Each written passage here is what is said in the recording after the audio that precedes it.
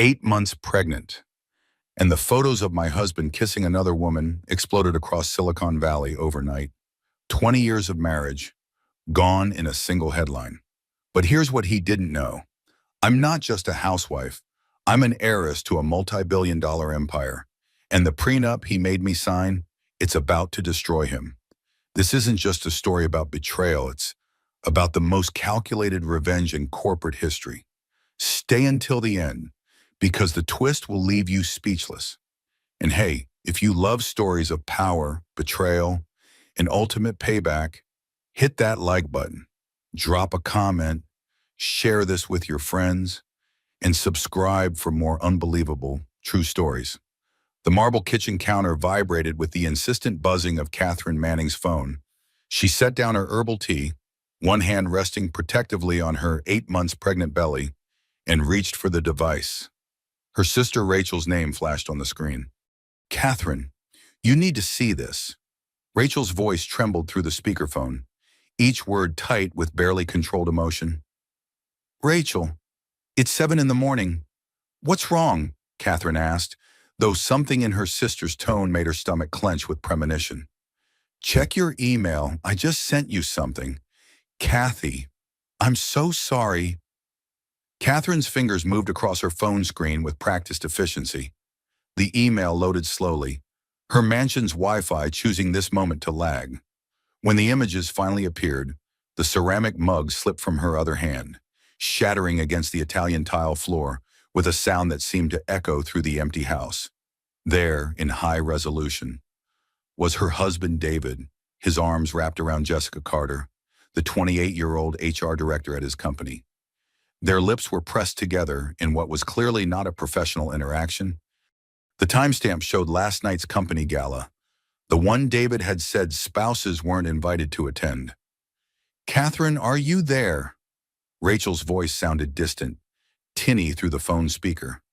Catherine stared at the screen, her mind struggling to process what her eyes were seeing. 20 years of marriage reduced to a viral photo spreading through Silicon Valley's gossip networks.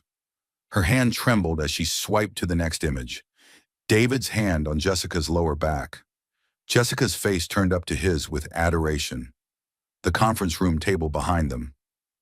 "I'm here," Catherine finally managed, her voice steady despite the trembling in her hands.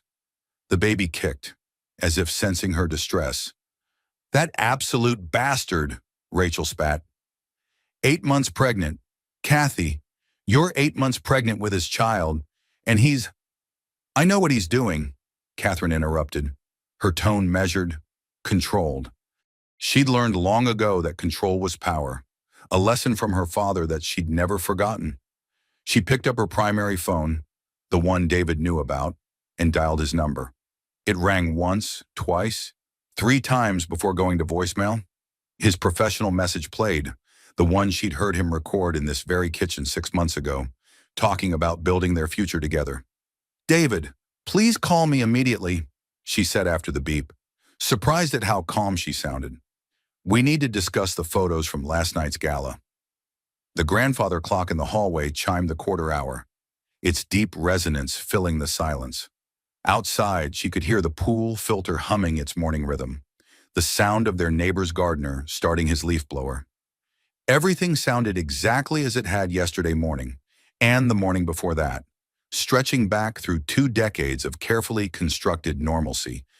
Catherine walked carefully around the broken mug, her designer slippers crunching on ceramic shards. She moved to the windows overlooking their backyard, the one where they'd hosted countless barbecues, where David had pushed her on the swing he'd installed when they'd first started trying for children 15 years ago. Her phone buzzed.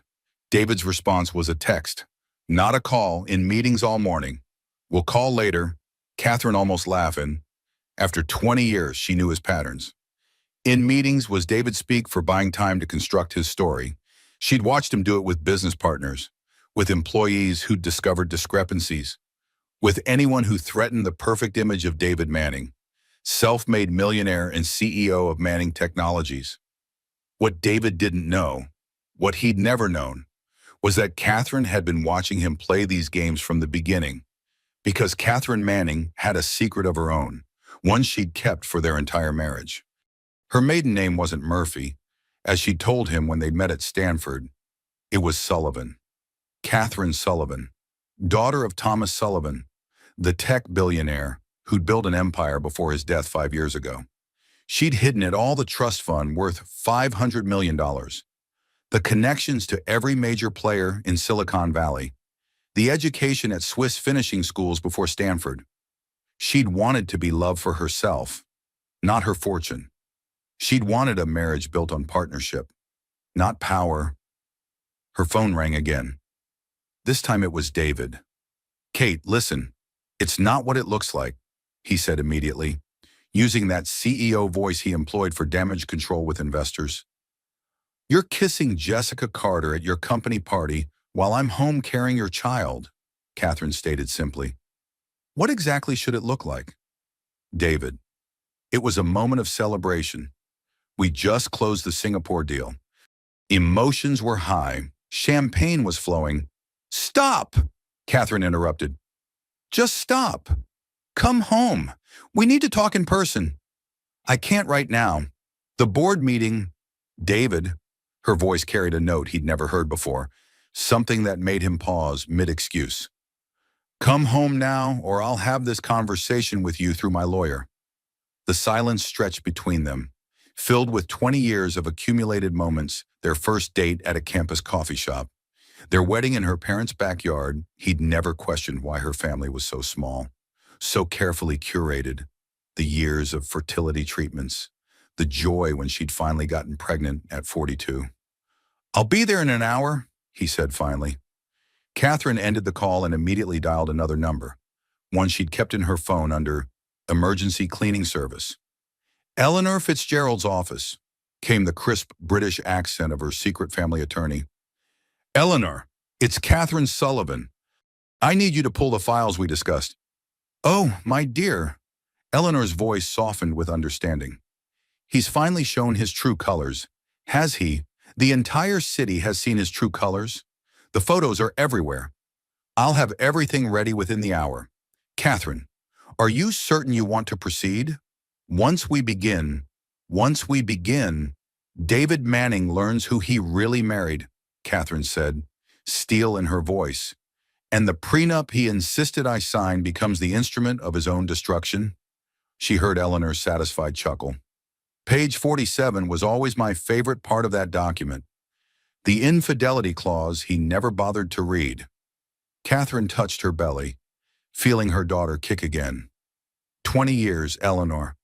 I gave him 20 years to be the man he pretended to be. And now, my dear, you get to be the woman you always were."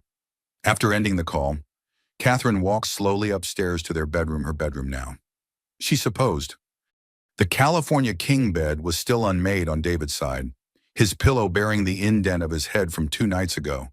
The last time he'd come home, his closet door stood open, revealing rows of designer suits she'd helped him pick, ties she'd given him for birthdays and Christ days, the cufflinks that had belonged to her real father. She sat on her side of the bed and opened the hidden panel in her nightstand, pulling out a photograph she hadn't looked at in years. It showed her with her father at her real graduation from Stanford, not the scaled-down ceremony she'd arranged for David to attend. Thomas Sullivan stood beside her, his arm around her shoulders, pride radiating from his weathered face. "Never let them see your cards until you're ready to win everything, Katie," he'd told her that day. "But when you're ready, play to win." The front door opened downstairs, David's voice calling out, "Catherine, Kate." She slipped the photo back into its hiding place and stood, smoothing her maternity dress. 20 years of playing small, of dimming her light, of pretending to be less than she was. All to protect the ego of a man who'd thrown it all away for an HR director with fake eyelashes and a plastic smile. Catherine walked to the top of the stairs and looked down at her husband. He stood in the foyer, his expression already arranged into what he thought was appropriate contrition. He hadn't even bothered to loosen his tie, the power play of keeping his armor on. "Hello, David," she said, her voice carrying clearly through the space. "I think it's time you learned exactly who you married." 3 hours earlier, David Manning had stood at the head of the conference room at Manning Technologies headquarters, his voice resonating with practiced authority as he addressed the board members. "Gentlemen, our quarterly profits have exceeded $50 million, he announced, his Northeast accent clipping each word with precision.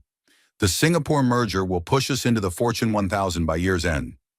The door opened with a subtle click, and Jessica Carter entered, her heels announcing her arrival with sharp staccato beats against the hardwood floor.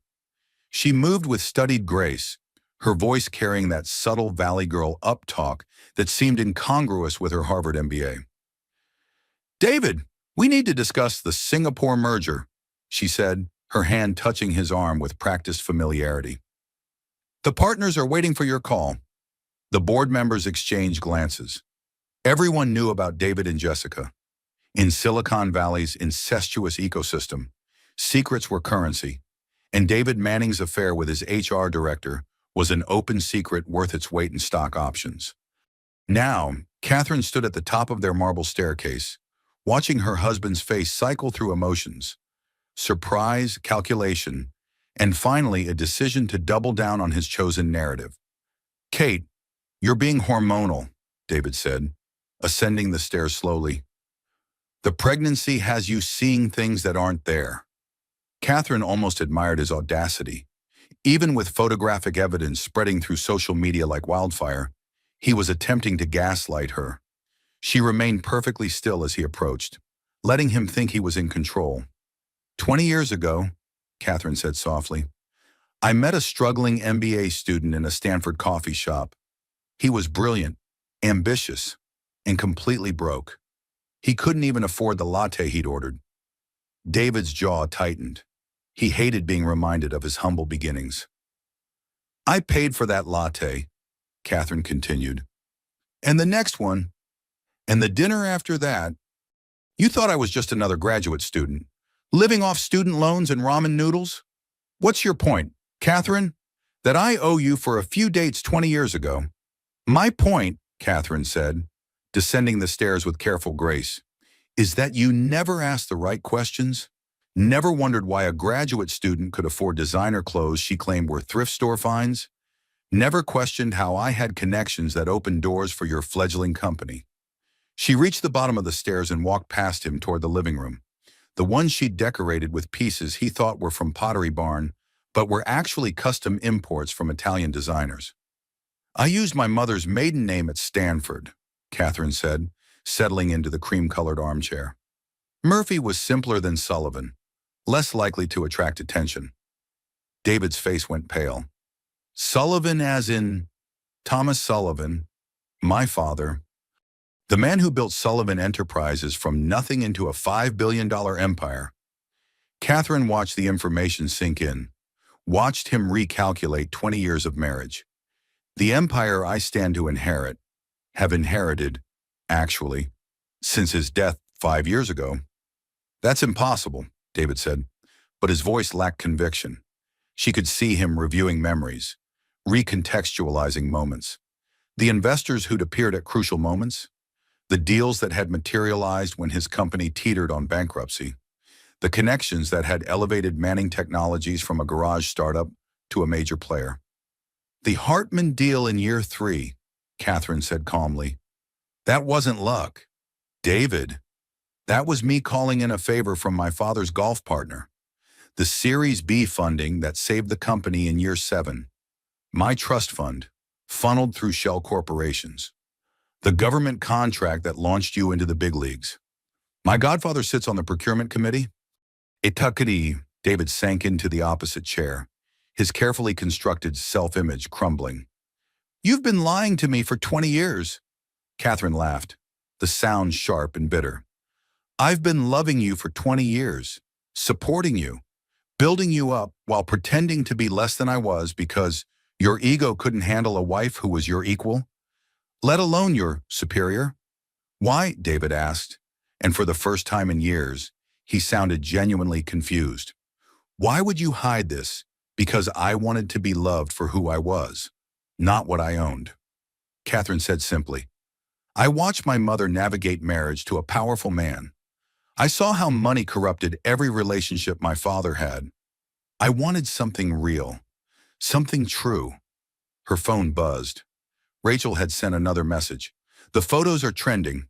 Rocky, Manning scandal is the top hashtag in San Francisco. David pulled out his own phone, his face growing paler as he scrolled through the notifications. The stock price is dropping. Yes, I imagine it is, Catherine said. Investors don't like instability, and a CEO who can't manage his personal life doesn't inspire confidence. You did this, David accused, standing abruptly. You leaked those photos. I was home last night. David, 8 months pregnant, eating takeout Thai food and watching Netflix. Alone. Again.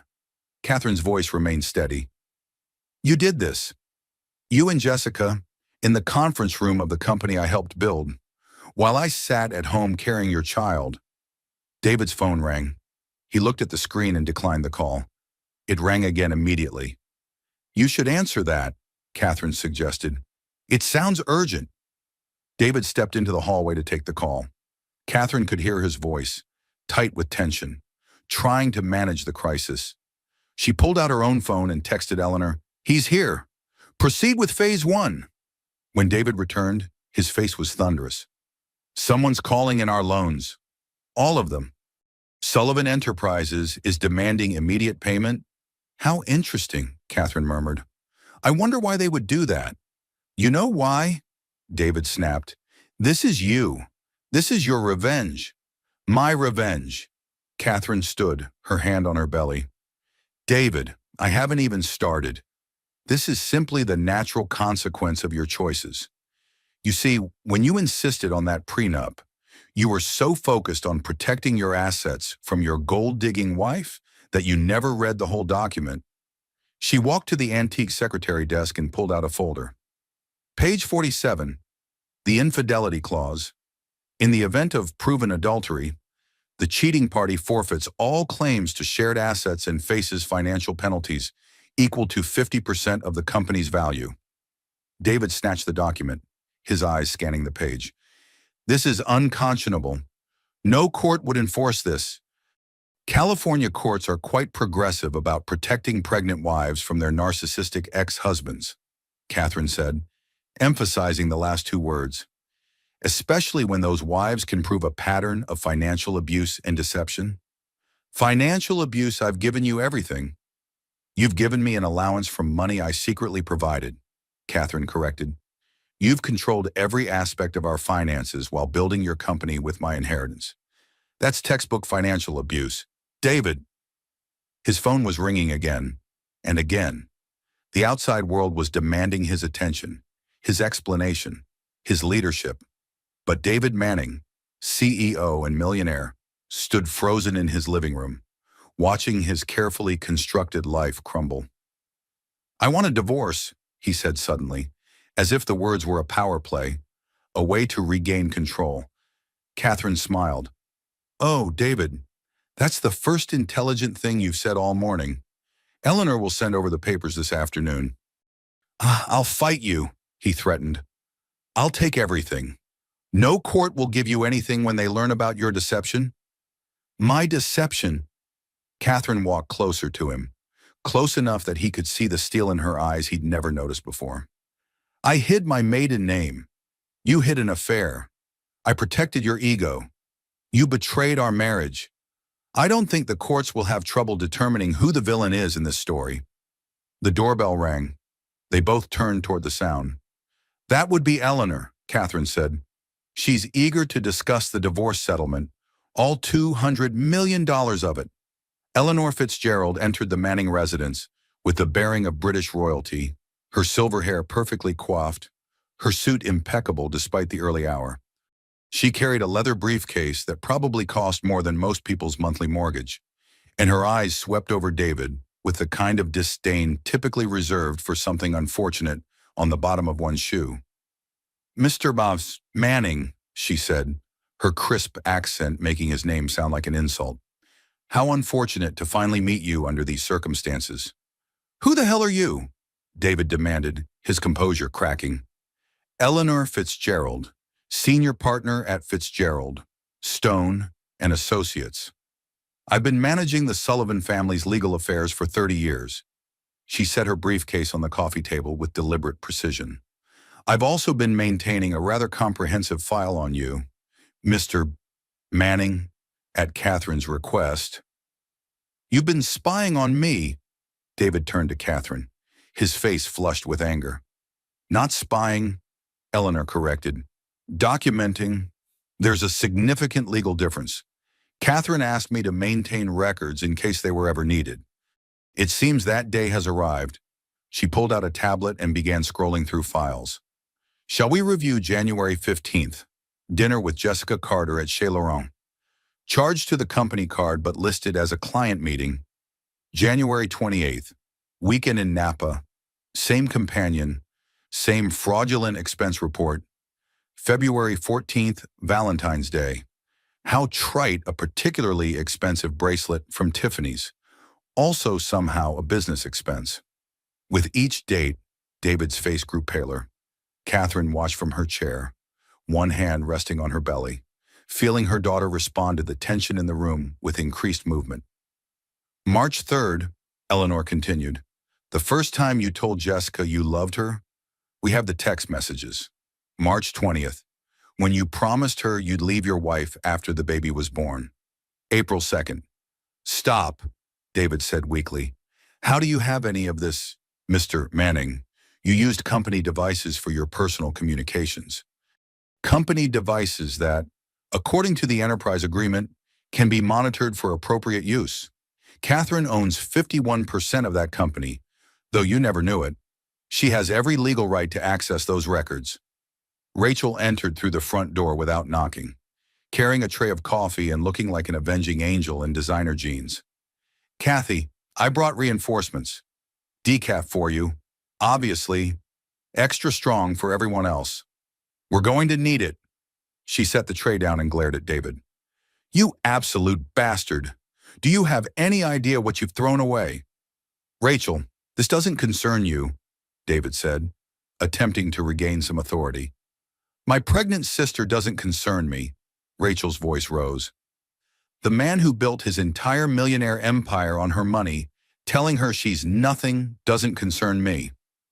Rachel, Catherine said softly, and her sister stopped mid-tirade. They'd always had that connection, that ability to communicate without words. Eleanor cleared her throat. Shall we discuss the prenuptial agreement, Mr. Manning? I assume you have your copy. I need to call my lawyer, David said. By all means, Eleanor said, gesturing to his phone. Though I should warn you that James Whitman is currently in a meeting with 3 other senior partners at his firm, discussing whether representing you might constitute a conflict of interest, given that Sullivan Enterprises is one of their largest clients. David's phone rang before he could dial. He looked at the screen and his expression darkened further. It's Jessica. Answer it, Catherine said. Put it on speaker. I think we should all hear what your girlfriend has to say. David hesitated, then accepted the call. Jessica's voice filled the room, high and panicked. David! Oh my God, David! What's happening? The photos are everywhere. My Instagram is blowing up. This is, so bad for my brand. Jessica, calm down. Calm down, David. I'm getting death threats. They're calling me a homewrecker. You said she didn't matter, that the marriage was already over. Catherine and Rachel exchanged glances. Eleanor was recording everything on her tablet. We'll handle this, David said, trying to sound reassuring. Just stay calm and don't talk to anyone. Handle it how David. If this affects my position at the company, your position is secure. Is it? Because I'm hearing rumors that your wife owns the company. Is that true? David's silence was answer enough. Jessica's voice rose to a shriek. You told me you built that company yourself. You said she was just some housewife who didn't understand your vision. David, if you've been lying to me. We'll discuss this later, David said firmly and ended the call. Some housewife, Rachel muttered. Kathy, remember what Dad always said? Never let them see your cards until you're ready to win everything. Catherine and Rachel said in unison. Eleanor pulled out a thick document from her briefcase. Now, about that prenup. Mr. Manning, you insisted on this agreement to protect your assets. You had your lawyer draft it. You presented it to Catherine 2 weeks before the wedding with an ultimatum: sign it or the wedding was off. Standard practice, David said defensively. I had to protect what I was building. Indeed, and Catherine signed it after making a few small additions that your lawyer approved without, apparently, reading them carefully. Eleanor smiled, a sharp expression that reminded Catherine of a shark sensing blood. Page 47, subsection C. Would you like me to read it aloud? She didn't wait for his response. In the event that either party commits adultery, defined as intimate physical or emotional relationships outside the marriage, the offending party shall forfeit all claims to marital assets and pay penalties equal to 50% of their net worth at the time of divorce, including all holdings, stock options, and business interests. That's not enforceable, David said weakly. Oh, but it is. You see, you insisted on making this prenup ironclad. You wanted to ensure it couldn't be challenged. Your lawyer added language making it binding under all circumstances. You literally trapped yourself. Mr. Manning, Catherine stood and walked to the window, looking out at the garden she'd cultivated for 20 years.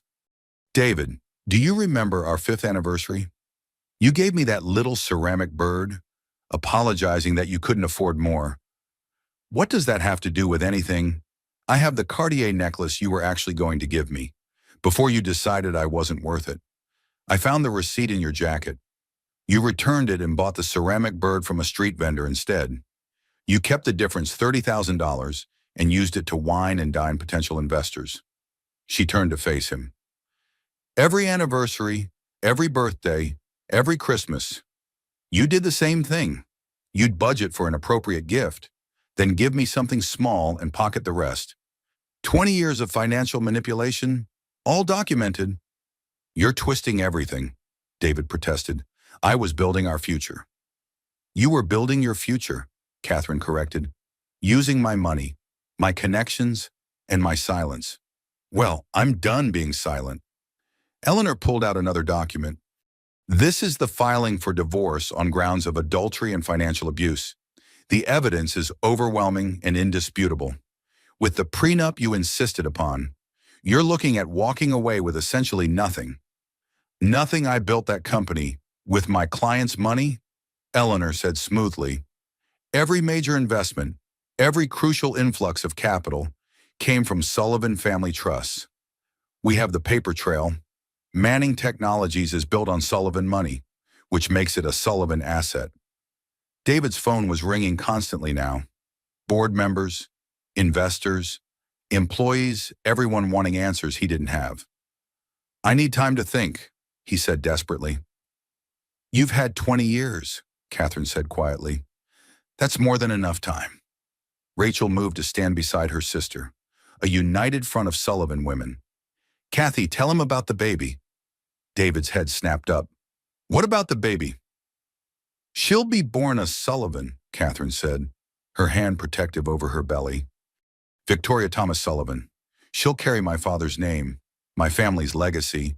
You'll have visitation rights, of course, pending court approval and child support payments. Child support, David laughed bitterly. With what money you're taking everything? You're an intelligent man. David, I'm sure you'll figure something out. Maybe Jessica can support you. Oh, wait, Catherine paused. She was only interested in your money and power, wasn't she? How inconvenient. Eleanor began packing up her briefcase. Mr. Manning, you have 48 hours to vacate the premises. This house is in Catherine's name, a gift from her father that she never told you about. Your belongings will be packed and sent to a storage facility. The access codes to the office have already been changed. You can't lock me out of my own company.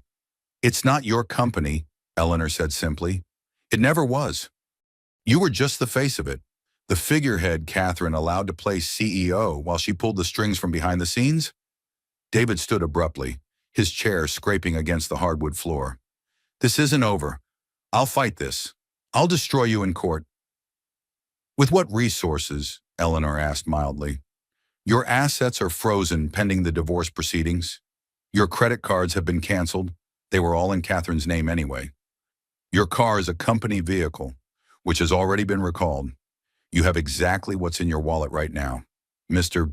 Manning, I hope it's enough for a hotel room. The silence that followed was deafening. David looked around the room at his wife of 20 years, her sister who'd never liked him, the lawyer who just eviscerated his life and seemed to deflate. Kate, he said, his voice small. 20 years. Doesn't that mean anything? Catherine looked at him for a long moment. This man she'd loved, supported, diminished herself for. It meant everything to me. David, that's the difference between us. Now please leave. Your girlfriend is waiting for an explanation, and I need to rest. Stress isn't good for the baby. David had been gone for exactly 3 hours when Catherine's phone buzzed with a saved voicemail notification from her cloud backup, a message from 3 months ago that she'd never heard, automatically recorded by the smart home system she'd installed without David's knowledge. Jessica, last night was incredible. David's voice purred through the speaker. Catherine suspects nothing. She's too wrapped up in the pregnancy to notice I'm never home. After the baby's born and I've secured the Singapore deal, we'll make our move. I'll divorce her, take half of everything. She's got more family money than she lets on. I'm sure of it, and we'll build our empire together. Rachel, who was still there making tea, gasped. He's been planning this for months. Longer, probably, Catherine said calmly, saving the recording to multiple secure servers. Good, that makes what I'm about to do easier. She picked up her phone and made a call that was 20 years overdue. Marcus Cooper, she said when the phone was answered. This is Catherine Sullivan. Yes, Thomas's daughter. It's time to activate the succession plan. Within an hour, the Sullivan family's war room had assembled in downtown San Francisco. The office occupied the entire top floor of a building David passed every day, never knowing his wife owned it. Marcus Cooper, who bore no relation to Jessica despite sharing a surname, stood at the head of a conference table that could seat 30. Mrs. Manning, excuse me, Ms. Sullivan, Marcus corrected himself, his voice carrying the precise diction of someone who'd learned English at Oxford. Your father's empire awaits your command. We've been maintaining everything in trust, as per his instructions. The room began filling with Silicon Valley titans, people David would have killed to have a meeting with, all here at Catherine's summons. Margaret Stone entered, her silver hair and sharp suit making her look like the apex predator she was in the business world.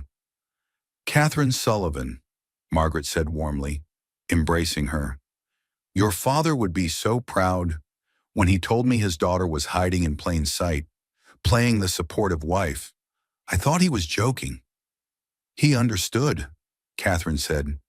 He knew I needed to learn who people really were when they didn't know who I was.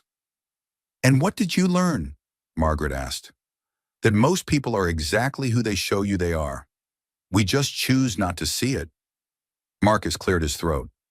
Shall we discuss Manning Technologies? Your husband, excuse me, your soon-to-be ex-husband, is currently at the Four Seasons, trying to convince investors not to pull out.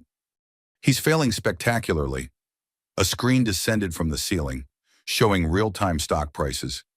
Manning Technologies was down 23% and falling. How much would it take to acquire 51%? Catherine asked. At current prices, approximately $75 million, Marcus replied. Pocket change for Sullivan Enterprises. Do it, Catherine said without hesitation. But slowly. I don't want him to know it's us until it's too late. Her phone rang. David's number. Put him on speaker, Margaret suggested with a predatory smile. Catherine, what have you done? David's voice was ragged, desperate. Someone's buying up shares. The board is panicking. The market responds to scandal. David, you know that. You've used it to your advantage before. destroying competitors with leaked information. How does it feel to be on the other side? This is different. This is our life, our company, my company, Catherine corrected. Built with my money, my connections, my strategic planning that you took credit for. Every major deal you celebrated, David, I orchestrated it. The Patterson contract, I played golf with Patterson's wife. The government defense contract, my godfather is a general. The Singapore merger you're so proud of, I've been laying the groundwork for 2 years. Silence from David's end. Then, you're lying, Catherine laughed. Marcus, pull up the email records. The screen changed to show a series of emails, Catherine's private account, sending strategic advice to David's work email, but routed through dummy accounts so he never knew the source. Remember your mysterious advisor? Deep thought, too, Catherine asked. The one who always seemed to know exactly what move to make. Hello. David, it's been me all along. That's impossible. Deep thought 42 knew things about our competitors that only someone with Sullivan resources could know. Yes. Margaret leaned toward the phone. Mr. Manning, this is Margaret Stone. You might recognize my name from the Fortune 500 list. I'm calling an emergency board meeting for Manning Technologies tomorrow morning. As a new majority shareholder, I'll be nominating Catherine Sullivan as CEO. I suspect the vote will be unanimous. The call ended with David's strangled protest cut short. Catherine turned to the assembled team. I want a complete audit of Manning Technologies. Every deal, every contract, every employee. Jessica Carter is to be terminated for cause she's been embezzling with David's help, hiding personal expenses as business costs. Already documented, Eleanor said, entering the war room with a satisfied expression. Ms. Chen has been quite careless. She's been selling company information to competitors, thinking she was being clever. We have evidence of at least 15 instances of corporate espionage. Send it to the FBI, Catherine said. Let them handle her. Her phone buzzed with a text from David. You've become cruel. She showed it to Rachel, who snorted. You should respond. No, I've become visible. Instead, Catherine typed, I've become exactly who I always was. You just never bothered to look. Marcus pulled up another screen. Your father's full estate, Ms. Sullivan. You've been living on less than 1% of your available resources? The numbers were staggering. Properties in 12 countries, investment portfolios worth billions, art collections, patents, a biotech company developing cancer treatments, a renewable energy firm, stakes in 3 major airlines. He built all this, Rachel asked, awestruck. He built it for the next generation, Catherine said, touching her belly. For Victoria. For the grandchildren he'd never meet but knew would come. Speaking of your daughter, Margaret said, we should discuss her future. With the Sullivan Trust and what we're about to acquire from Manning Technologies, she'll be one of the wealthiest children in America. She'll also be educated about it, Catherine said firmly. No hiding, no pretending to be less than she is. She'll know her worth from day one. Marcus's assistant entered, whispered something in his ear. He smiled broadly. It's done. We own 51% of Manning Technologies. Congratulations, Miss Sullivan. You're now the majority owner of your ex-husband's company. Catherine didn't celebrate. She simply nodded, as if acquiring a multi-million-dollar company was an everyday occurrence. In her father's world, her world now it was. Schedule the board meeting for 9 a.m. tomorrow, she instructed.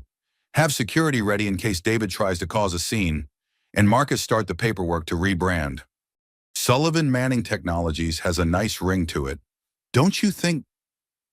The next morning, Catherine walked into Chez Laurent at precisely noon, wearing a Caroline Herrera dress that had been hanging in her closet for 3 years. Tags still on because David had said it was too much for a housewife. Her pregnancy gave her a regal bearing, and heads turned as she moved through the restaurant. David and Jessica sat at a corner table, champagne flutes in hand, apparently celebrating despite the chaos surrounding them. Catherine had known they'd be here. David was nothing if not predictable, and this was where he'd brought all his mistresses over the years. Yes, mistresses, plural. Jessica was just the latest in a long line Catherine had documented but never confronted him about. "Celebrating already?" Catherine asked, her voice carrying across the suddenly silent restaurant. David jerked to his feet, nearly knocking over his champagne. "Kate, what are you doing here?" "Having lunch," Catherine said simply. "This is a public restaurant. David, though I'm surprised you can afford it, given your current financial situation." Jessica giggled nervously, that irritating uptalk making every statement a question. "This is, like, super awkward." "Awkward?" Catherine turned her attention to the younger woman, taking in the designer clothes that Catherine's money had ultimately paid for. "Jessica, did David mention his company is built on my money?" The giggling stopped. "What? Every victory you celebrated with him? Every bonus you received funded by my inheritance? You're wearing a dress my trust fund paid for, sitting in a restaurant my family's money keeps afloat, toasting with champagne that should technically be mine." David stepped forward. "Kate, not here. You're making a scene." "No, David. You made the scene when you brought your mistress to our anniversary restaurant." Catherine's voice never rose, but it commanded attention. Every diner in the restaurant was watching, phones discreetly recording. Jessica's face was cycling through emotions: confusion, anger, fear. "David, what does she mean?" "Her money. The struggling MBA student I married needed startup capital," Catherine explained patiently, as if talking to a child. "He needed connections, introductions, strategic advice. I provided all of it, secretly, letting him take the credit because his ego couldn't handle a wife who was smarter and wealthier than he was." "You told me she was just a housewife." Jessica's voice rose, the Valley Girl affectation slipping to reveal something harder underneath. "I am a housewife," Catherine said. "I'm also an heiress, a strategic genius, and as of this morning, the majority owner of Manning Technologies." "Surprise." David grabbed Jessica's arm. "We're leaving." "No," Jessica said, yanking free. "I want to hear this." "David, is she telling the truth?" Catherine pulled out her phone and showed Jessica the Bloomberg article that had just gone live. "Sullivan heiress emerges from shadows, takes control of Manning Technologies." Jessica read it, her face growing paler with each word. "You lied to me. You said you were getting billions in the divorce settlement. You said she was nothing. Nobody." "I didn't know," David started. "You didn't know?" Jessica laughed, high and hysterical. "You were married for 20 years and didn't know your wife was worth $500 million. $500 million was just the trust fund," Catherine corrected. "With my father's full estate, it's closer to $2 billion. Jessica stood so fast her chair tipped over. "You told me we'd be rich. You told me we'd build an empire together. You're nothing but a fraud. David." A pathetic, narcissistic ex-husband who destroyed his family for what? For someone who was only interested in your money? The irony wasn't lost on anyone listening. "Jessica, baby, we can work through this." David reached for her. Jessica slapped his hand away. "Don't touch me. My lawyer will be in contact. Breach of promise, emotional distress, fraudulent misrepresentation. I'll take whatever you have left after she's done with you." She grabbed her purse and stalked toward the exit, then paused beside Catherine. "For what it's worth, I didn't know you were pregnant when it started. He told me you were separated." "I know," Catherine said quietly. "I have the emails where you asked him about his wife, and he lied to you too. You're victim number 2 in this story. Jessica, the only difference is you chose to continue once you knew the truth."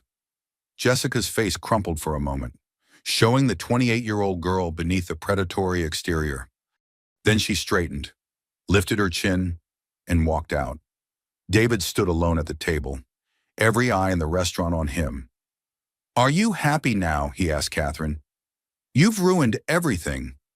I've revealed everything. Catherine corrected. There's a significant difference. You ruined it all by yourself. She turned to leave, then paused.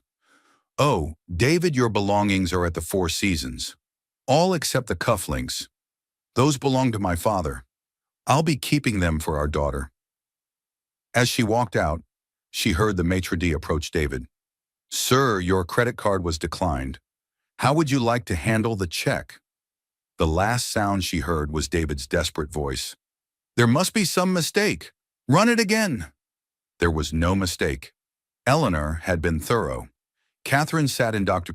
Martinez's office, the ultrasound gel cold on her belly as the doctor moved the wand across her skin. On the screen, Victoria moved, her tiny fist clenched near her face. The baby is perfect, Dr. Martinez said gently, her voice carrying the soft cadence of someone who'd delivered difficult news too many times. But your stress levels concern me. Catherine, your blood pressure is elevated. It's been a difficult week, Catherine admitted, watching her daughter on the screen. I saw the news, Dr. Martinez said carefully. I want you to know that many of my patients have sat in that chair alone when they plan to have a partner. You're not the first, and you won't be the last. Catherine felt tears threaten for the first time since discovering David's affair. Every woman who's been pregnant knows this moment, she said softly. Sitting in that chair alone, watching your baby on the screen, wondering how you got here. But not every woman has your strength, Dr. Martinez said, or your resources. This little girl is lucky to have you. Catherine's phone buzzed. She put it on silent, but the screen showed 17 missed calls from various media outlets. The story had gone viral not just in Silicon Valley, but nationally. The billionaire heiress who'd hidden her identity for love, only to be betrayed by her narcissistic ex-husband, was apparently the story America needed right now. After the appointment, Catherine sat in her car in the parking garage, finally answering one of the calls. Mrs. Miss Sullivan. Mark Thompson from TechCrunch was persistently professional. I'd love to get your side of the story. My side, Catherine laughed. Mr. Thompson, there aren't sides to truth. There's just truth. Why hide your identity for 2 decades? Catherine thought about how to answer. Have you ever been loved, Mr. Thompson? Really loved, for exactly who you are, not what you can provide. Yes. Then you're luckier than most. I wanted that. I wanted to be chosen for myself, not my bank account. So I became Catherine Murphy, grad student, nobody special, and for a while it worked. But David Manning built his company on your money. David Manning built his company on the myth of the self-made millionaire. It's a compelling story, the genius entrepreneur who started with nothing. Much more compelling than rich wife bankrolls husband's ego project. That's harsh. That's honest. Print this. Mr. Thompson, I spent 20 years making myself smaller so my husband could feel bigger. I'm done with that now. She ended the call and drove to the nearest Starbucks, needing normalcy, needing to be around people who didn't know or care who she was. She wore a baseball cap and sunglasses, her pregnant belly hidden under a loose sweatshirt. That's when she heard Jessica's voice from the corner table. David's ex is totally psycho, Jessica was saying to a group of women Catherine recognized as other tech company HR directors. She's like claiming she's some heiress now. Isn't she pregnant, though? One of them asked. That's her problem, Jessica said with a cruel laugh. David wants a DNA test anyway. He thinks she might have been cheating too, trying to baby trap him. Catherine pulled out her phone and hit record. But the Bloomberg article, another woman started. Please, Jessica interrupted. Anyone can fake documents. She's just a bitter housewife having a midlife crisis. She'll be lucky if David doesn't sue her for defamation. What about the prenup? David's lawyers are going to destroy it. She'll get nothing. Maybe some minimal child support, but David's already moving assets offshore. She'll be lucky to get $1,000 a month. Catherine recorded for 5 more minutes, capturing Jessica's lies, her admission that David was hiding assets, her casual cruelty about the baby. Then she sent the recording to Eleanor with a simple message. Defamation suit? Today. Within 3 hours, Jessica Carter was served with papers at her desk at Manning Technologies, her former desk. As it turned out, since Catherine had terminated her that morning for corporate espionage, social media exploded. Team Catherine started trending. Women from around the world shared their own stories of financial abuse, of making themselves smaller for insecure men, of midlife transformations that came from finally choosing themselves. Catherine read the messages in her home office, her real office, the one behind the hidden panel in what David had thought was a linen closet. Thousands of women saying "me too," not about assault, but about the slow erosion of self that came from loving a narcissistic partner. Her phone rang. Margaret Stone. "The board meeting is tomorrow," Margaret said. "David's been calling board members all day, trying to rally support. He's failing spectacularly." "Let him try," Catherine said. "The more he fights, the worse he looks. You know he'll show up tomorrow. I'm counting on it. Have security ready, but don't stop him unless he becomes violent. I want everyone to see exactly who David Manning really is." That night, Catherine stood in Victoria's nursery, the one she'd decorated alone while David was on business trips with Jessica. She'd painted it soft yellow, not knowing if she was having a boy or girl, wanting to be surprised. "Your grandfather would have loved you," she told her belly. "He would have taught you what he taught me, that power isn't about money. It's about knowing your worth and never letting anyone convince you it's less than it is." The baby kicked, strong and insistent. "That's my girl," Catherine whispered. "Strong like your mama. Stronger. Hopefully, you won't have to hide who you are. Not ever." The restraining order was granted at 10 a.m. By 2 a.m. the next morning, Catherine's new security system was screaming alerts through the house. She checked the camera feed from her phone, unsurprised to see David at the gate, clearly drunk, shouting into the intercom. "Kate, please, we can work this out." His voice slurred through the speaker. 20 years, baby. Remember Santa Barbara. Remember our wedding." Catherine didn't respond. She simply started recording. "I know you're there," David continued. "I can see your bedroom light. Kate, Jessica means nothing. You're my wife. You're carrying my child." Rachel's car pulled up behind David's Uber. He'd lost his car privileges along with everything else. Catherine watched her sister get out, phone already to her ear, presumably calling the police. "You mean now that you know I'm worth $500 million? You want to work it out," Catherine finally said through the intercom, making sure the recording caught her calm response. "That's not Kate. I loved you before I knew about the money. You loved who you thought I was. And nobody you could control, manipulate, diminish. You loved having someone who would make you feel like a big man, a millionaire entrepreneur genius. You never loved me. David, you loved the mirror I held up for you." "That's not true." Rachel had reached the gate now. "David, you're violating the restraining order. The police are on their way. This is none of your business." "Rachel, my pregnant sister is my business. My sister who you cheated on, humiliated, and are now harassing at 2 in the morning is very much my business." The police arrived within minutes, lights flashing, but no sirens. This was Palo Alto, after all, where even arrests were discreet. "Mr. Manning," the officer said, "you need to come with us." "This is my house," David shouted. "That's my wife. I have rights." "According to this restraining order, you don't," the officer said patiently. "Sir, you can come quietly, or we can arrest you. Your choice." Catherine watched David crumble, all his CEO bravado evaporating. He went with the officers, but not before shouting one last time, "You'll regret this, Catherine."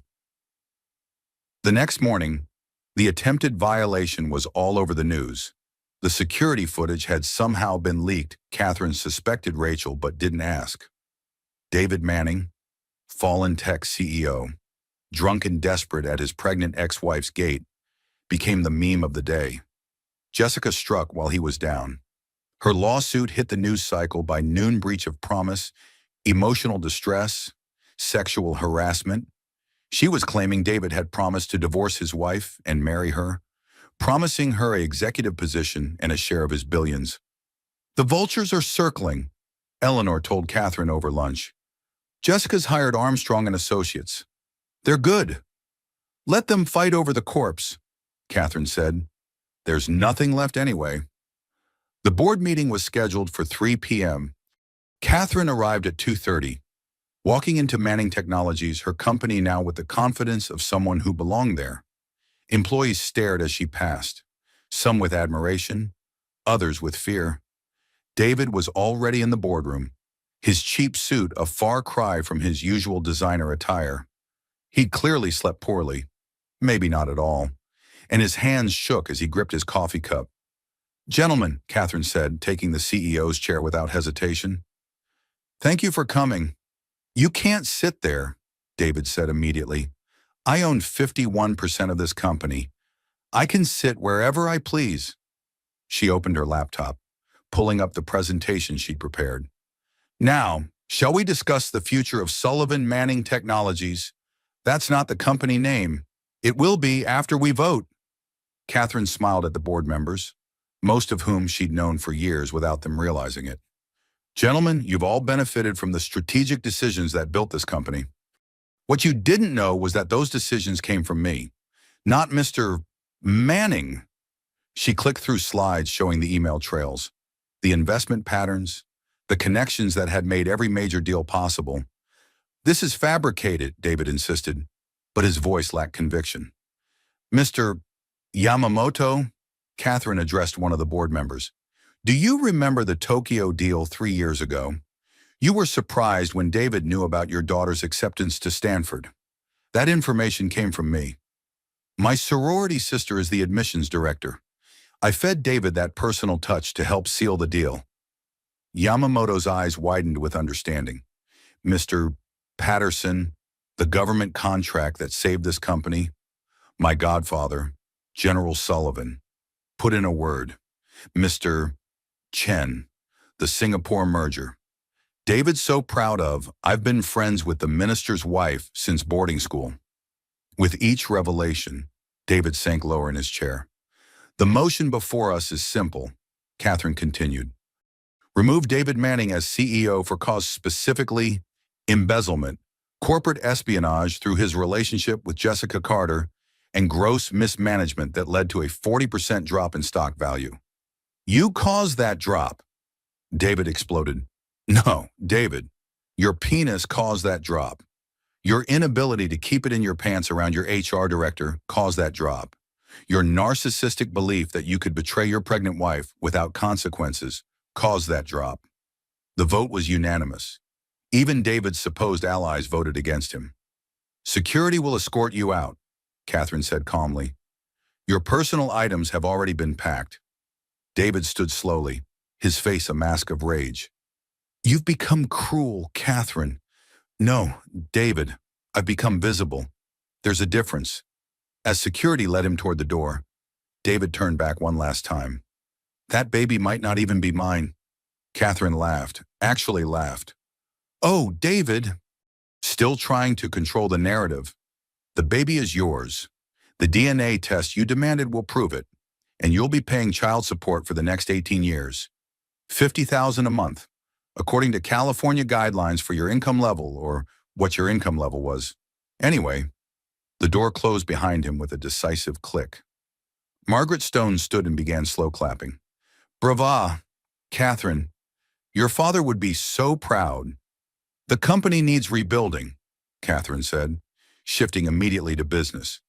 "We've lost good people who were loyal to David, but we've also been carrying dead weight. I want a full audit of every department. We're going to build something better, something that actually helps people instead of just making rich men richer." 3 weeks later, Catherine was in another board meeting when the first contraction hit. She'd been presenting the new company structure, outlining her vision for Sullivan Manning Technologies as a force for ethical innovation, when the pain shot through her back. As you can see from these projections, she paused, gripping the edge of the table. Catherine, Marcus Cooper noticed immediately. Are you all right? Another contraction, stronger this time. I believe I'm in labor. The room erupted in chaos. Board members jumping up, assistants calling for ambulances, everyone talking at once. Gentlemen, please, Catherine said through gritted teeth. We have business to conclude. Motion to formally remove David Manning's name from all company documents and rebrand as Sullivan Technologies. Catherine, we need to get you to the hospital, Margaret insisted. After the vote, Catherine said firmly, all in favor. Every hand rose, even as another contraction rolled through her. Motion carried. Now we can go to the hospital. Ooh, Marcus and Margaret flanked her to the elevator. Rachel meeting them in the lobby, Catherine had texted her sister the moment the contraction started. Only you would conduct a board vote while in labor, Rachel said, half admiring, half exasperated. Father always said to never waste a crisis, Catherine replied, then gasped as another contraction hit. At the hospital, David was already there, pacing the waiting room with flowers and what looked like a teddy bear from the gift shop. I have rights as the father, he was arguing with the desk nurse.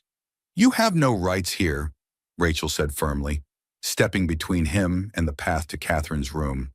That's my child being born. The child you questioned the paternity of in front of 12 board members. Rachel's voice could have frozen hell. The child whose mother you betrayed while she was carrying her. That child, Dr. Martinez appeared, calm and professional. Mr. Manning, the mother's wishes are paramount here. Ms. Sullivan has been clear that you're not to be admitted. I'll sue this hospital. With what money? Rachel asked sweetly. Last I heard, Jessica took what little you had left. Catherine, breathing through contractions in her delivery room, could hear the commotion. Is that David? She asked the nurse. Security is handling it, the nurse assured her. 8 hours later, at 11:59 p.m., Victoria Thomas Sullivan entered the world, screaming and perfect. 7 pounds, 3 ounces of pure potential. She's beautiful, Rachel cried, holding her niece for the first time. Dad would have been over the moon. Victoria Thomas Sullivan, Catherine said, exhausted but triumphant. Named for victories to come and the grandfather who made them possible. Margaret Stone visited the next morning, bringing not flowers but a college fund already worth $1 million. Every Sullivan woman needs a good start, she said simply. David tried to visit 3 times. Each time, security turned him away. On the 4th attempt, he brought a lawyer. Mr. Manning has paternal rights, the lawyer insisted. Eleanor Fitzgerald appeared as if summoned, because of course Catherine had called her. Mr. Manning can exercise those rights after the paternity test he demanded, and after the court determines his fitness as a father, given his recent arrest for violating a restraining order, his public intoxication, and the multiple witnesses to his emotional instability. That could take some time. This is kidnapping. This is consequences, Eleanor replied smoothly. Something Mr. Manning is unaccustomed to, but will need to learn. Catherine, watching from her hospital bed with Victoria sleeping in her arms, felt no sympathy. David had made his choices. Now he was living with them. Her phone buzzed with a text from an unknown number. She opened it to find a message from Jessica. Congratulations on the baby. For what it's worth. I'm sorry. He fooled us both. Catherine deleted it without responding. Jessica's remorse was as shallow as her affection had been. Both women had been victims of David's narcissism, but Jessica had been a willing participant in the destruction of a family. That was unforgivable. 6 weeks postpartum. Catherine walked back into Sullivan Technologies carrying Victoria in a designer baby carrier. The sight of their new CEO with her infant daughter strapped to her chest sent a clear message the Old Boys Club was officially over. The emergency board meeting had been called to address David's final attempt at revenge, a hostile takeover backed by a consortium of investors who thought a company run by a new mother would be easy pickings. David sat at the far end of the table, his borrowed suit ill-fitting, his face gaunt from stress and whatever he'd been drinking to cope. Beside him sat his new lawyer, a hungry young attorney who'd taken the case on contingency, hoping for a piece of whatever they could salvage. "Gentlemen," Catherine said, taking her seat at the head of the table while Victoria slept peacefully against her chest. "I understand there's a motion to challenge my leadership." David's lawyer stood. "My client contends that Miss Sullivan obtained her shares through fraudulent means and marital manipulation." Catherine actually smiled. "Marital manipulation? That's a fascinating choice of words from the man who spent 20 years financially abusing his wife while conducting multiple affairs." "Alleged affairs," the lawyer corrected. Catherine pulled out her tablet. "Would you like to see the evidence? I have receipts, emails, text messages, hotel records, credit card statements, all documenting at least 7 affairs over the course of our marriage." Jessica Carter was just the latest and most public. The board members shifted uncomfortably. Most of them had their own Jessica Carters hidden away. "That's irrelevant to the business at hand," David said, speaking for the first time. "Is it?" Catherine asked. "You're claiming I manipulated you, but the evidence shows you were systematically deceiving me for 2 decades. You took my strategic advice, claimed it as your own brilliance, and built your reputation on my invisible labor. Who exactly was manipulating whom?" She clicked through to her presentation. "Let me show you all something. These are the company's financials for the past 20 years, overlaid with my documented contributions." The graph was damning. Every spike in growth corresponded to Catherine's hidden involvement. Every major deal, every strategic pivot, every innovation that had built Manning Technologies into a powerhouse, all traced back to her. "This is fabricated," David insisted. "Mr. Yamamoto, you can verify the Tokyo timeline. Mr. Patterson, you have the government contract records. Mr. Chen, Singapore's Ministry of Trade can confirm my involvement." Catherine looked at each board member. "Gentlemen, I haven't hidden my contributions to protect David's ego anymore. I've simply made them visible." David's lawyer tried another approach. "My client built this company from nothing. With my money," Catherine interrupted. "Initial investment $2 million from my trust fund. Second round $5 million from my father's connections. Third round $15 million from Sullivan Enterprise subsidiaries. Shall I continue?" Victoria stirred against her chest, making a small sound. Catherine adjusted the carrier, soothing her daughter without missing a beat. "You're not fit to run this company," David exploded. "You're a new mother. You're emotional. I'm what? David hormonal, hysterical weak."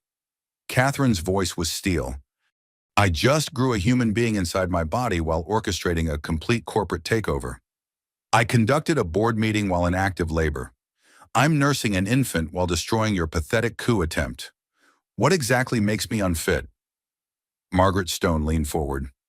"Mr. Manning, do you have any actual evidence of malfeasance? Any proof that Ms. Sullivan has mismanaged this company in the 6 weeks since she took control?" "Silence, because I have evidence," Margaret continued. "That stock prices have risen 30% since she took over. That 3 major contracts have been signed. That employee satisfaction is at an all-time high." "She's buying loyalty," David accused. "I'm valuing talent," Catherine corrected. "Something you never understood. You thought fear and intimidation were leadership. They're not. They're the tools of weak men who know they don't deserve their positions."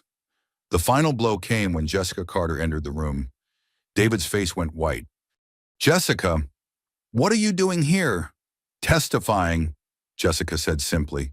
She looked at Catherine. "I've been granted immunity in exchange for my cooperation in the embezzlement investigation." "You traitorous." "Careful, David," his lawyer warned. Jessica pulled out a folder. 3 years of David Manning stealing from his own company, personal expenses charged as business costs, kickbacks from vendors, offshore accounts hiding assets from both the IRS and his wife. You were part of it, David shouted. I was, Jessica admitted, and I'm facing consequences for that. But you were the mastermind. David, you taught me everything I know about corporate fraud. You just never thought I'd document it all. Catherine watched her soon-to-be ex-husband crumble. This wasn't just about the divorce anymore. This was criminal. The FBI will be here in approximately... Eleanor checked her watch. 10 minutes. Mr. Manning, I suggest you use that time to call a criminal defense attorney. David stood so abruptly his chair fell backward. You orchestrated all of this. You've been planning this for years. No, David, Catherine said softly. I spent years hoping you'd be the man you pretended to be. It's only in the last few months that I accepted you never were. This isn't revenge. It's justice. Security entered the room, not company security, but federal agents with badges and stern expressions. David Manning, you're under arrest for embezzlement, wire fraud, and tax evasion. As they read him his rights, David looked at Catherine one last time. I loved you. No, Catherine said firmly. You loved what I did for you. You loved how I made you feel. You loved the reflection of yourself you saw in my eyes. But you never loved me, David, because you never even tried to know me. They led him out in handcuffs, past employees who'd gathered to watch, past journalists who'd been tipped off, past the life he'd built on lies and theft. Victoria woke then, her small cry filling the boardroom. Catherine stood, bouncing gently to soothe her. Gentlemen, I need to feed my daughter. This meeting is adjourned. When we reconvene, we'll be discussing the future of Sullivan Technologies, a future built on innovation, integrity, and inclusion. Anyone who has a problem with that is welcome to tender their resignation. No one resigned. Catherine stood in her corner office, Victoria playing in a designer playpen while she reviewed quarterly reports. Sullivan Technologies had exceeded every projection, the stock price tripling under her leadership. The company had pivoted toward ethical tech, developing applications that actually improved lives rather than just generating ad revenue. Mama, Victoria said, her first word, reaching up from her toys. That's right, baby girl. Mama's here. Catherine picked up her daughter, settling her on her hip while continuing to read. Her assistant knocked. Ms. Sullivan, your 2 o'clock is here. Send them in. The door opened to reveal not a business contact but a group of women, all in their 40s and 50s, all with the particular bearing of those who'd survived something and come out stronger. Welcome to the Wisdom Circle, Catherine said, gesturing to the conference area she'd had redesigned as a comfortable sitting room. Please make yourselves comfortable. These were the monthly dinners she'd started hosting, not networking events, but healing circles for women who discovered their worth after their marriages ended. The youngest was 38, the oldest 63. All had stories of financial abuse, of making themselves smaller, of narcissistic ex-husbands who tried to destroy them when they finally stood up. Ladies, Catherine addressed the group once they'd settled with tea and coffee. Hiding our power doesn't keep love. When we shrink ourselves, we attract men who need us small. But how do we know, asked Jennifer, whose husband had left her for his CrossFit instructor after 25 years. How do we know if they love us or what we provide? Catherine shifted Victoria to her other hip. We test them, not with games or manipulation, but with truth. We show them who we really are, our intelligence, our ambition, our power. The right person will celebrate that. The wrong person will try to diminish it. I wish I'd known that 30 years ago, said Patricia, whose husband had hidden assets in 12 countries during their divorce. We know it now, Catherine said, and we're teaching our daughters. Victoria will never believe she needs to be less to be loved. Her phone buzzed with a scheduled reminder. David's supervised visitation was tomorrow, twice a month. He got 2 hours with Victoria at a court-appointed facility. He'd shown up to exactly 3 visits in 6 months. After the Wisdom Circle dispersed, Catherine drove to the cemetery where her father was buried. She brought Victoria often, wanting her daughter to know where she came from, even if she'd never meet the man who'd made it all possible. "Dad," she said, standing before the marble headstone with Victoria in her arms, "I finally understood your last words. Never apologize for being powerful. I spent 20 years apologizing, making myself smaller, easier to digest. No more." The wind chimes on a nearby tree sang in the Palo Alto breeze, a sound that always reminded her of childhood, of safety, of being loved for exactly who she was. "Your granddaughter will be different," Catherine continued. "She'll know her worth from day one. She'll never dim her light for anyone's comfort." Victoria reached for the flowers Catherine had brought, babbling happily. "Some stories end with weddings," Catherine said, adjusting her daughter's sun hat. "Mine began with a divorce. I lost 20 million in community property that was mine anyway, but I gained 500 million in possibility. More importantly, I gained myself." Her phone rang. Fortune magazine. "Ms. Sullivan, we're calling to inform you that you've been named CEO of the Year." Catherine smiled, unsurprised. "Thank you. I'll have my assistant coordinate the interview." She ended the call and looked at Victoria. "We did it. Baby girl. We're building something real, something that matters." Rachel's car pulled up, her sister arriving for their weekly dinner. "How's my favorite niece?" she called out. "Your only niece is perfect," Catherine replied. "How was the board meeting at the foundation?" "Approved all your proposals. The Sullivan Foundation will be funding women's shelters, legal aid for divorce proceedings, and financial literacy programs." Rachel took Victoria, cooing at her. "This little one's trust fund is also fully established. She'll have choices, real choices." They drove home together, to the house that had always been Catherine's, though David had never known it. She'd redecorated, removing every trace of him, filling the spaces with art her father had collected, books she'd hidden, the life she'd kept secret for 2 decades. That evening, as she rocked Victoria to sleep, Catherine thought about transformation. Not the kind that happened overnight, not the kind that came from makeovers or self-help books, but the deep, fundamental change that came from finally choosing yourself. "Sweet girl," she whispered to her sleeping daughter, "your inheritance isn't just money. It's the knowledge that you are enough, exactly as you are. It's the certainty that anyone who asks you to be less doesn't deserve you at all." The baby sighed in her sleep, content and safe. Catherine stood at the window, looking out at Silicon Valley's lights twinkling below. Somewhere out there, David was probably in his studio apartment, working his middle management job, sending his court-mandated child support payments, living with the consequences of his choices. She felt no satisfaction in his downfall, no joy in his misery. She felt something better: indifference. He was simply no longer relevant to her story. Her phone buzzed with a text from an unknown number. She almost deleted it, then saw the preview. "This is Amanda Patterson. You don't know me, but my husband is on your board. I need help." Catherine typed back, "Wisdom Circle meets first Tuesday of every month. You're welcome." Because that was the real transformation, not just saving yourself, but reaching back to pull other women up. Not just escaping the cage, but showing others where the door was. "The Sullivan women rise again," Catherine said to the night, her father's words echoing across time.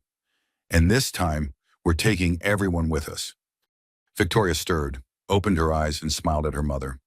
In that smile was a future where women didn't have to choose between love and power, where financial independence wasn't a luxury but an expectation, where little girls grew up knowing their worth was non-negotiable. Catherine smiled back. "That's my girl. Strong like your mama. Stronger, actually. You'll never have to hide." The grandfather clock chimed midnight, marking the end of one day and the beginning of another. Catherine Sullivan no longer Manning. Never again Murphy stood in her truth, her power, her complete and absolute freedom. Some women's stories ended with weddings. Hers had truly begun with a divorce, and what a beginning it was. The settlement had been worth 20 million in community property. But her freedom, her reclaimed identity, her daughter's unlimited future, those were worth every penny of the 500 million she'd hidden, every moment of the 20 years she'd waited, every tear she'd shed in silence. Catherine Sullivan had played the long game, and she'd won everything. 5 years later, Sullivan Technologies rang the opening bell at the New York Stock Exchange. Catherine stood on the platform with Victoria, now a confident 5-year-old who asked intelligent questions about everything she saw. "Mama, why are all those people down there?" Victoria asked, pointing at the trading floor. "They're buying and selling pieces of companies, sweetheart, like trading cards, but for grown-ups with too much money," Catherine explained, making her daughter giggle. David had been released from minimum security prison 6 months ago. He'd served 3 years for embezzlement, his millionaire ex-husband status making him a cautionary tale in business schools across the country. He now worked as a consultant for a small firm in Portland, teaching others about ethical business practices. The irony wasn't lost on anyone who knew the story. He'd sent exactly 18 child support payments before his arrest, and the court had garnished his wages ever since. Victoria had met him exactly 4 times in 5 years. She called him the sad man when she talked about him at all. "Ms. Sullivan," the NYSE president said, "would you like to say a few words before ringing the bell?" Catherine stepped to the microphone, Victoria on her hip. "5 years ago, I discovered that the life I'd built was a lie. My husband of 20 years had betrayed me while I was 8 months pregnant. I could have crumbled. Instead, I chose to build—" The crowd was silent, listening. "Sullivan Technologies isn't just another tech company. We're proof that women supporting women isn't just a hashtag, it's a business model. 70% of our executives are women. We provide on-site childcare, unlimited maternity and paternity leave, and pay equity that's verified by third-party audits." Applause rippled through the room. "We're also proof that midlife transformation isn't a crisis, it's an opportunity.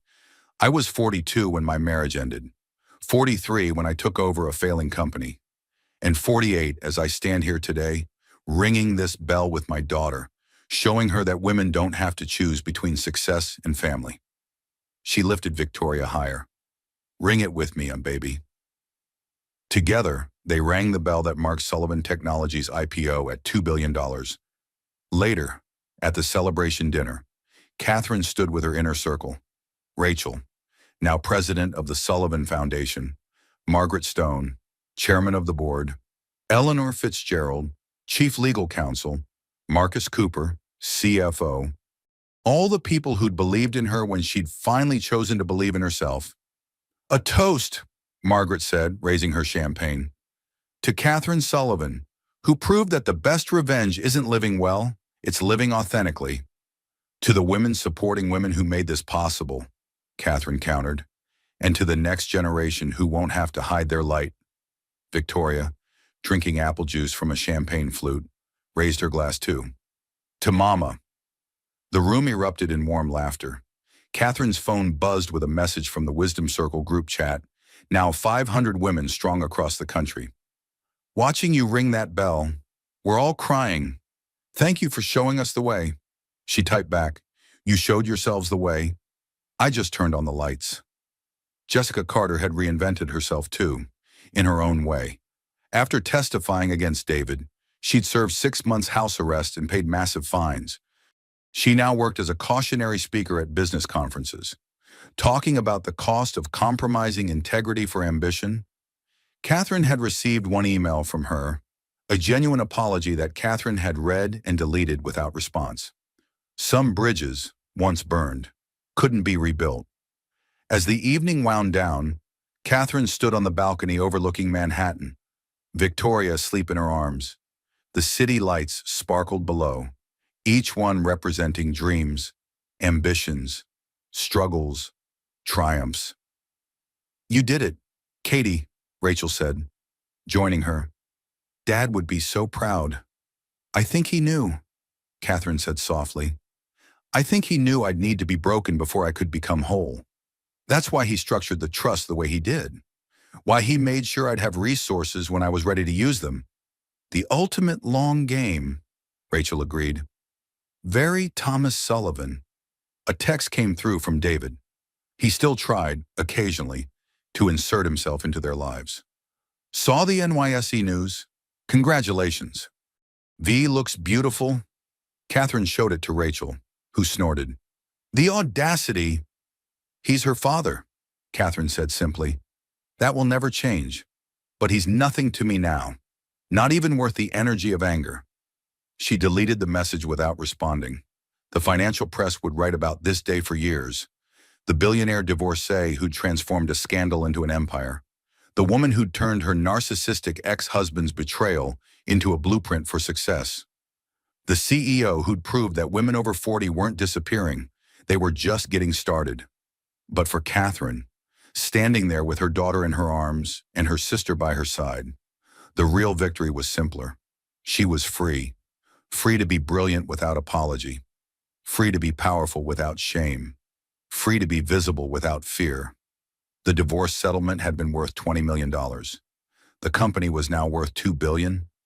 But her freedom, her daughter's future, the thousands of women who'd found their own power through her story, that was priceless.